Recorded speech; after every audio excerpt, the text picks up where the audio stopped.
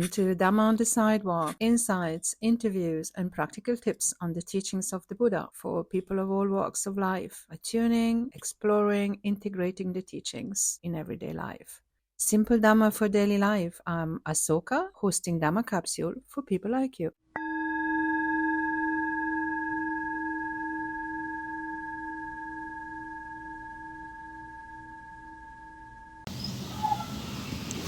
Hello.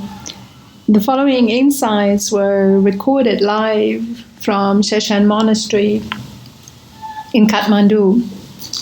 And there's a bit of a background to this recording, in the sense that coming from Bodh Gaya, where I conducted pilgrimage and stayed about between 6 to 8 weeks, and attended a number of festivals and chanting and did the practice and immersed fully into Buddhist life and met a number of monastics, including His Holiness the Dalai Lama. And I tried several times to meet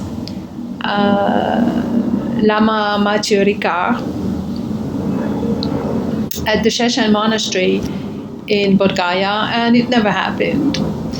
So the reason why I wanted to meet him is because I heard, first of all, that he's very welcoming and easygoing, and because he's an important figure, and for those of us who have grown up in Western Europe, we know him because his father was a popular and renowned philosopher, because his mother was a painter, and because we know his background and his books, and also because I've done a research on neuroscience, and I really like his work on compassion and empathy. And I also appreciate the way he presents the need for altruism and all he's done, basically all he has done as a monk and as a human being. So arriving in Kathmandu, and I had heard that he was here for a week, and that probably after that he would go maybe to the mountains or maybe even to Bhutan. So I didn't know. So I wanted to catch him and to get a chance to meet him before he does that. So I've gone quite a few times to Shechen Monastery, and first of all, I like that monastery a lot, and I've seen it changing since 2015. It was damaged by the earthquake that struck Nepal in April 2015. It was not severely damaged, but it met with quite a few damaged, the walls and the main building and the entrance. And then also they were they had tents, and they were hosting vulnerable people who had been displaced by the earthquake from their region. So it was really looked a bit like a camp. And then I've seen it changing every time I was coming to Nepal, 2016, 17, 18, 19, until COVID. And now it's totally refurbished, and it looks beautiful, and it looked really fresh, and there's a nice cafe as well, which was there before, but all of that has been refurbished. So first of all, I really like that monastery. It's really 3 to 5 minutes walk to Bodhanath Stupa, the center of the Tibetan-Nepali village. And secondly, I went often because I didn't know how to meet him. How can I just go? I'm nobody. So how can I just go and see if I can meet Lama Matthieu? So I went the first time, and I looked around. I went to the office and asked, we don't know. We'll call him. We don't know if he's there, but we don't know. He doesn't answer the phone. So I said, okay, no problem. I'll walk around and I'll come back the next day.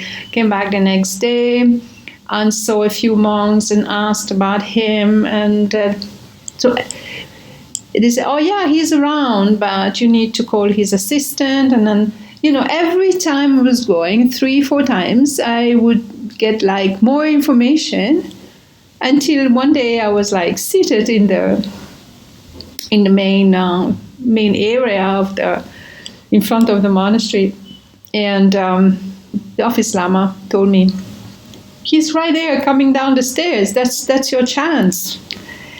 And so we met and we had a chat, and so these impressions were recorded on the spot, and they express really what I was experiencing as a hot from the press.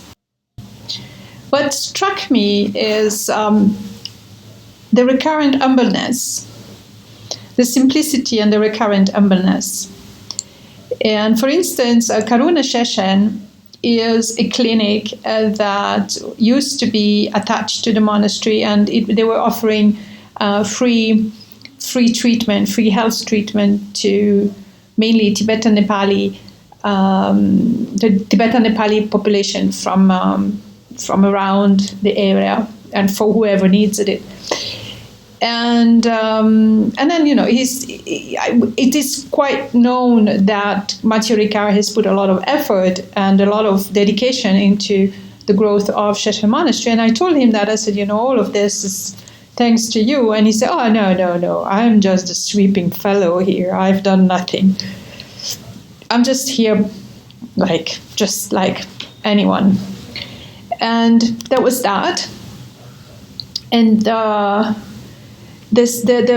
was a sort of welcoming energy, a sort of radiance around him, and simplicity, and also urgency. I experienced urgency. There was something around him. Walk a little faster, he said, So these impressions are hot off the press. And now he's gone to the mountains and he's meditating, and his mother has passed away. So his mother was 100 years old. So she passed away, and so he doesn't have anything to do in France. So he's back to live in Nepal, and he's gone to the mountain to meditate. There's a lot I have to do. As a monk, there's a lot I have to do to help others. So I hope you appreciate this fresh insights and fresh experience hot off the press. And thank you for being with me.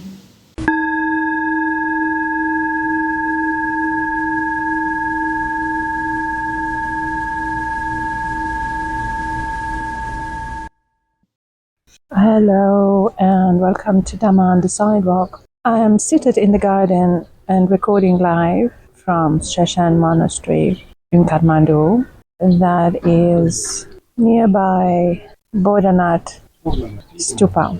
Shechen Monastery was partially damaged during the 2015 earthquake that shook Nepal, and I saw it, and it was really sad. And it was not severely damaged, but it did have damaged walls and paintings and things. So, and then I kept coming back, and then I lived there. So I've seen it changing, and now it's entirely rebuilt, and it is the resident home of Lama Matthieu Ricard, who is a prominent Lama from the Nyingma tradition, who used to be one of the French translators of His Holiness the Dalai Lama, and I've just met him and had a short conversation with him, which I didn't put live, didn't record, but because it felt good to just do it this way. And we were walking, and I joined him in his circumambulation around the monastery and around the stupa, and we chatted, and I asked him how there was someone who wants to enter the stream of Dhamma teachings, where to start, how to find a teacher. In those years, in their generations, those who are of his age, they were looking, they were going towards them. They traveled, they were going to India, they came to Nepal, they came to Tibet. But these days, some of this now is not even necessary. It just can be at the fingertips, can be just next door. Like you may have listened to some of the conversations in the podcast of this young nun, Tenzin Kunzang, who lived all her young adult life next door to 3 monasteries in southern France. So these things didn't really exist to the extent to where they exist today in those years. So how do we find discernment? How do we choose? How do we open the door of Dharma teachings for those who would like to, those who don't know how to navigate this world? And he said, we just find a good reference. Always look at the lineage you're getting in. What is the reference? And then flow with it. And it's a question that I had asked to Luampo Sumedho as well, the elder of the Thai forest tradition. And I had asked him exactly the same question. And he said, trust your intuition, trust your awareness. There has to be some trust building a relationship. These days, it might be a little more challenging because there's lots happening. And some of the teachings may have been also watered down, but it's always good to look at the lineage, or at least at the reference. Which teacher is the teacher referring to? What text and experiences? And maybe even try the practices, diversify the practices, go from, don't stick to one maybe initially. Because, as he said, in those days you walked into Kathmandu, you walked into the mountains, you go to Bhutan, you meet 3 masters on the road already. These days these things don't happen. Or they do happen, there are lots of masters, but then maybe they don't have those qualities of those masters from the past. Dilgo Khyentse Rinpoche and others. So Lama Zopa now, for instance, has passed away earlier in just less than a year ago in Kathmandu. The number of masters available, it's up to us to find the one that resonates the most, and that requires a bit of discipline and discernment and practice and reading, and not just believe what's on the internet blindly. That the Buddha also encouraged critical thinking. And one great aspect of the Tibetan tradition is exactly the fact that debate is one of the training of the mind and training of the practice training. And debating on philosophy and debating on emptiness and debating on the elements and debating. And that is sharpening. It's a way of sharpening the mind and a way of sharpening awareness. So he said, it's basically not rocket science. You need to start by looking around. He mentioned a few monasteries available and study centers in France, because that's his reference. And go with the flow and learn, but really look at the references that are being made by the teachers. And role modeling, checking and listening and go with the flow. And something will be. The Dhamma in the West is blossoming and it's growing very fast. There should be something available there. How to start? How to start a practice? Start somewhere. How do you start cooking a cake?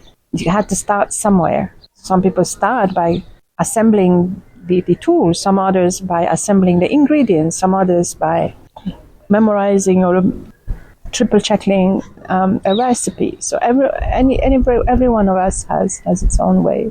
It was a very short moment with Lama Matthieu. It was radiant. We walked in the circumambulation, walked very fast, at very fast pace, and we chatted about these things and encourage everyone to find his or her own way to a practice and be with it. So I asked him, just let the karma play. If someone has auspicious karma to meet masters, it will happen. He said, yeah, karma is there, but you can't just rely on karma like that. You need to kick your karma as well. You just can't sit down and wait for your karma to pass in front of you and say, hi, I'm here, and come on the train with me. And no, you have to go and look for your karma, and which is also considered that you can change it. You can turn some of the unwholesome aspect into wholesome, and that is the spiral. That is not a circle, that's a spiral that can also help you cleanse and lighten the mental formation. So basically, that is it. What I've noticed is that there is such a very strong bond. He is a very humble person, because for me it was there was a lot of respect in meeting him, and respecting him and praising him. And he said, I'm just a cleaner here. I'm nobody. And that's a great sign. Humility is usually a great sign for a teacher. And someone who doesn't necessarily want to have all the recognition. Everything else is blend with the wholeness. So you're just one element of the mandala. And this is another important aspect that I've heard as well. While in Bodh Gaya, for instance, one very, very mundane example of being part of this mandala is the fact that, for instance, to enter the Mahabodhi society, the ground, to go to the Mahabodhi tree, there are two main security gates with very tight security, different lines for men and for women, and an X-ray machine like in the airport. It could be, including also on the grounds of the Mahabodhi society as well. There are different levels, there's stupas, and lots of people, lots of thousands of people sometimes beside monastics doing their practices and festivals going on. There are lots of pilgrims and a large variety of cultural backgrounds with different ways to behave in a crowd, and everyone is there. There seems to be a sort of an urgency to practice. And sometimes it can be a bit overwhelming to, people push to be in the line, people pass in the front, you bumping and pushing and whatever. And just consider oneself being part of this enormous mandala. In a mandala, all the grains of sand are constantly in movement when you create the mandala. It's dynamic, and we just are one of the token of that, one of the little grains of that mandala. We are not the mandala, we are part of the mandala, and therefore we just go with the dynamics. That's a very important aspect to understand how to operate also in the mundane reality, and shifting the perception from the self to being part of a wholeness. So this meeting and this brief conversation with Matthieu Ricard, I had put it on my list, so it was auspicious, but I did come 2, 3, 4 times to actually try to meet him.